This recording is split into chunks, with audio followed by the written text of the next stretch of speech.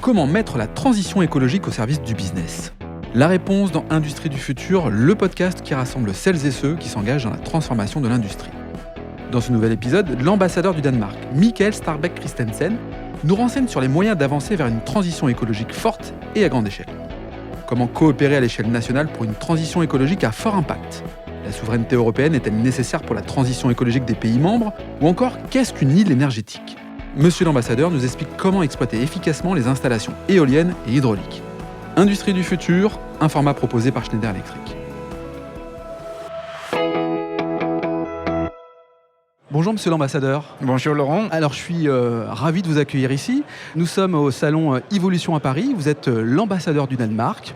Vous vous appelez Mikael Starbæk Christensen. C'est vrai. Bon, ça va. Je suis ravi de vous accueillir sur le stand de Schneider Electric. Alors je suis curieux, pourquoi le Danemark est ici ? Qu'est-ce que vous faites ici ? Pour le Danemark, la transition écologique, la transition verte est la priorité politique depuis des années. Oui. Avant 2030, nous produisons toute l'électricité par des sources sans carbone, surtout le vent, les parcs éoliennes. Oui. Et c'est une tradition depuis des décennies. Très longtemps. Depuis le crise pétrole dans les années 70. C'est cette focalisation de la transition verte, de l'efficacité énergétique et des ressources renouvelables. Alors vous avez pris des engagements extrêmement forts. Alors on le sait, le Danemark est un pays pionnier du développement durable, vous l'avez précisé. Mais vous allez encore un peu plus loin, vous les Danois, puisque vous voulez couvrir d'ici 2030 100% de votre consommation d'électricité à partir de sources d'énergie durables. Oui. Alors, question un peu provoque, mais est-ce possible ? Vous allez me dire oui, mais comment fait-on surtout ? Non, mais c'est possible. L'avantage au Danemark, c'est la mer autour du Danemark, et c'est-à-dire les éoliennes sont très disponibles pour nous comme source énergétique. Mais nous avons aussi une coopération avec les pays dans la Oceania, c'est certainement les pays nordiques. Okay. C'est-à-dire s'il y a un problème au Danemark, on peut importer l'électricité de la Suède ou de la Norvège, parce que la solution, c'est une solution européenne. C'est pas pays par pays. Et c'est une question de partager l'énergie durable entre les nations, et c'est exactement ce que nous ferons aux mers du Nord. On va construire une capacité pour 10 millions de ménages, mais ce n'est pas des ménages danois, c'est allemand, c'est une source européenne aux mers du Nord, et je pense que c'est vraiment l'avenir de produire plus qu'on utilise pour partager les efforts européens. Le Danemark, producteur et fournisseur d'électricité en Europe quelque part. D'autant qu'on parlait d'éolien.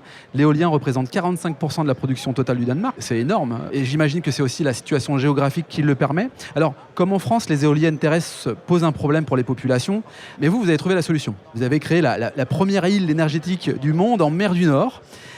Qu'est-ce que c'est pour qu'on puisse imaginer à quoi ça ressemble ? Imaginez au milieu du mer du Nord, c'est-à-dire on ne peut pas le voir de la Terre. Ouais.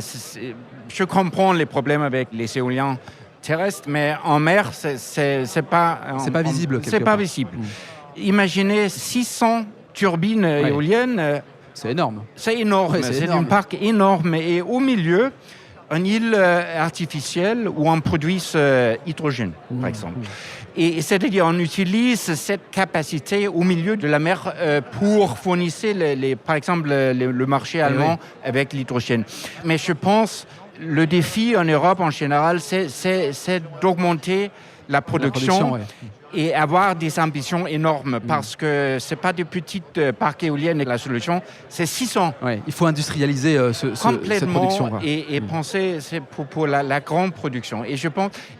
En France, je sais, le nucléaire est très populaire, mais il y a des possibilités énormes, parce que la France est aussi... on a des grands mers autour de la France. Il n'y a pas d'excuse, parce que c'est possible d'utiliser cette ressource éternelle. Alors, tiens, justement, comment se déroulent les échanges avec les pays ? Est-ce que c'est une coopération mondiale, européenne ? On parlait de la France, on parlait de distribuer finalement cette énergie auprès des pays européens. Comment ça se passe ? Est-ce qu'on s'inspire de vous ? Ou est-ce qu'au contraire, vous observez finalement que chaque pays a sa politique énergétique ? Au passé, c'est exactement comme ça. Chaque pays par chacun. Et c'est le problème en Europe. Au Danemark, on a une entreprise comme EDF en France avec un monopole. Mais je pense, avec la législation européenne, on a essayé de libéraliser le marché d'énergie. Et je pense que c'est la seule façon d'avoir un avantage en Europe à l'avenir. Et nous avons une coopération entre les pays nordiques, les pays autour de la mer du Nord coopèrent aussi. Nous avons une grande déclaration avec l'Allemagne, Pays-Bas, la Belgique et la Commission européenne pour créer 65 gigawatts d'énergie à 2030, mais c'est tous les pays autour de la mer du Nord. C'est-à-dire qu'il faut coopérer dans les régions, mais je pense pour créer une cadre européen, bien sûr, c'est à Bruxelles. Il faut faire des législations. Bien sûr. Alors ici, on est quand même dans un salon où il y a quand même beaucoup d'industriels aussi. Schneider Electric en est un. Qu'est-ce qu'un industriel comme Schneider Electric peut attendre ou qu'est-ce que vous pouvez attendre d'un industriel comme Schneider Electric? Comment se passent les relations avec les industries et les entreprises? Mais par exemple, en juin cette année, Schneider Electric va organiser une grande conférence à Paris qui concerne l'efficacité énergétique. Et l'année dernière, c'est Danfoss, une grande entreprise danoise, aussi présente en France. Mais je pense qu'il y a aussi une obligation pour les entreprises, mais c'est aussi une business. C'est pas une menace contre les... C'est l'avenir. C'est l'innovation. Mais c'est l'innovation, mais je pense que c'est une coopération publique-privée. C'est important. Au Danemark, c'est la tradition depuis des années. En France, peut-être, normalement, c'est un peu divisé, mais je pense à l'avenir, c'est un effort commun entre le secteur privé et les gouvernements aussi avec des investissements. Et c'est la seule façon d'avoir cette souveraineté européenne. On parle beaucoup, mais en réalité, qu'est-ce que souveraineté? Mais c'est d'avoir des sources indépendantes, c'est de produire hydrogène en Europe, pas importer de notre pays. Il faut faire cette coopération publique-privée. Et je pense que cette conférence organisée par Schneider en juin, c'est exactement ce qu'on a, parce que c'est des gouvernements, c'est des entreprises, et on peut discuter exactement quelles sont les barrières, par exemple, et comment créer une vraie business en Europe. C'est un triptyque gagnant entre le secteur public, les entreprises privées, et puis l'énergie de tout ça. J'imagine que pour un pays comme le Danemark, c'est aussi un moyen pas d'émerger, ça serait une injure de vous dire ça, mais en tout cas d'être identifié comme un pays en avance sur son temps, peut-être, à travers l'énergie. Vraiment quelque chose que bénéficie le Danemark, mais je suis ici parce que pour nous, c'est vraiment un business. C'est pas une question d'être humaniste, c'est une question, le Danemark est une terre de business, quoi. C'est business, le secteur privé au Danemark, le plus grand business, c'est exactement le business qui s'occupe avec la transition écologique. Très bien. Écoutez, monsieur l'ambassadeur, je crois qu'on a fait un grand tour, en tout cas, sur le traitement de l'énergie au sein du Danemark. Merci de votre présence ici sur le salon. Et puis, merci d'avoir participé au podcast Industrie du futur, un format proposé par Schneider Electric. Merci, Laurent.